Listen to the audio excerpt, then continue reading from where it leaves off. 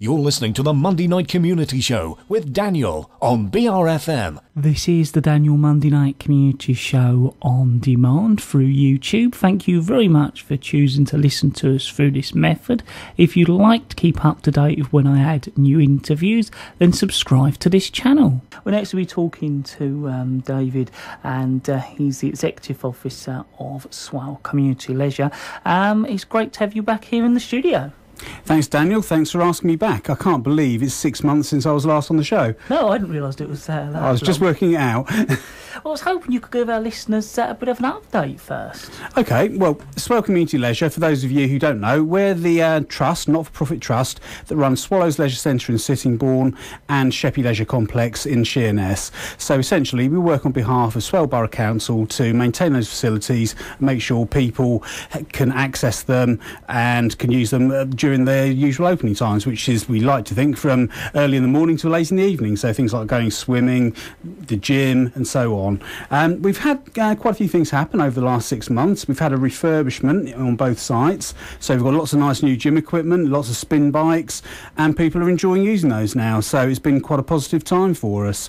We've also done quite a bit of planning in the background as well. And I guess that's one of the things that makes time fly past, is when you're busy, you don't notice it. But actually what we've been doing is we've been creating our own internal strategy, which allows us to work with Swale Borough Council to try and meet the aims and objectives which they have in terms of providing local people what they need to be healthy, fit and have fun. Now, I know that you had an open day at Beachfields. I was just wondering how that went.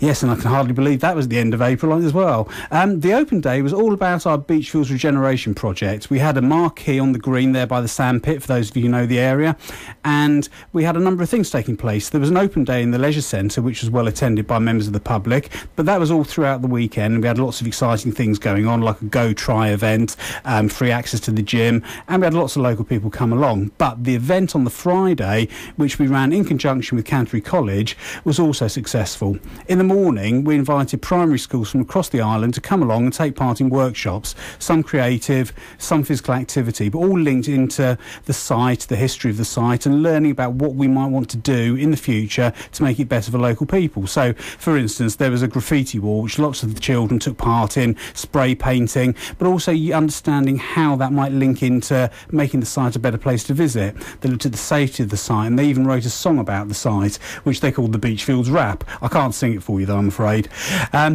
In the afternoon, though, we had lunch and we invited along a number of investors, so people who might be interested in the site, not necessarily just financial investors, but people whose interest it would be in to make the site better. So local councillors, local businesses, people from further afield from Kent County Council and local agencies who might be interested in seeing the site develop so that it's better for local people, so they can have fun there, they can feel safe, but also attract other people to the island and try and recreate a tourist destination. So has anything happened since with the project? Yes, the Beachfields project carries on, and like all these things, there's lots going on in the background. But I think what I should mention first of all is, the depth of support we've had from local schools, and particularly from our student council. They're the ones who have got all the great ideas about how we can make things better on the site.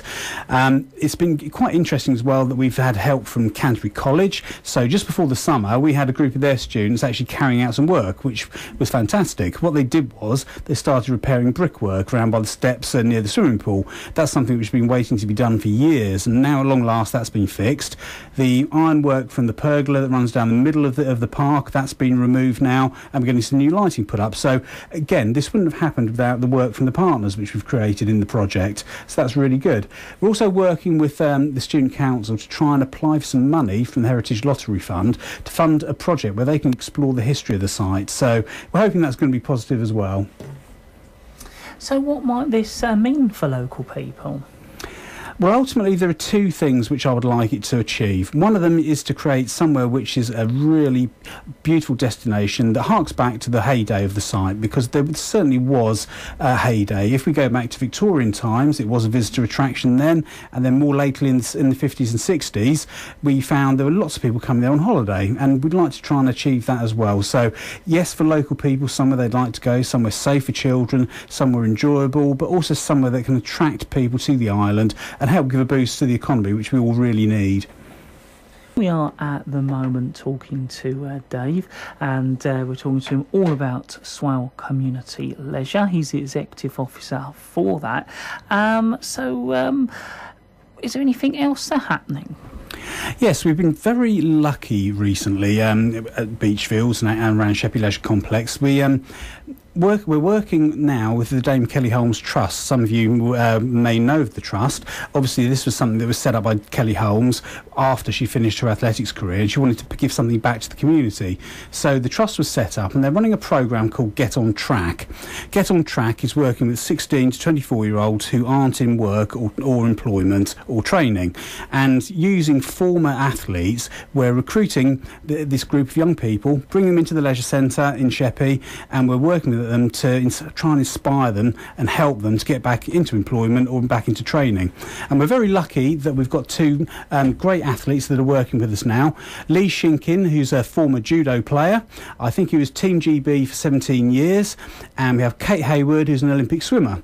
Again, very lucky to have them there, and they're fantastic with the young people. So that programme's running now. And we're hoping it's going to run again in the new year, and then after that, 2 or 3 times a year. Now, I know you also wanted to talk about your next big event. Yes, the Beachfields event we had this year in April was successful, but so many people were asking us, are you going to do it again, and will there be any updates?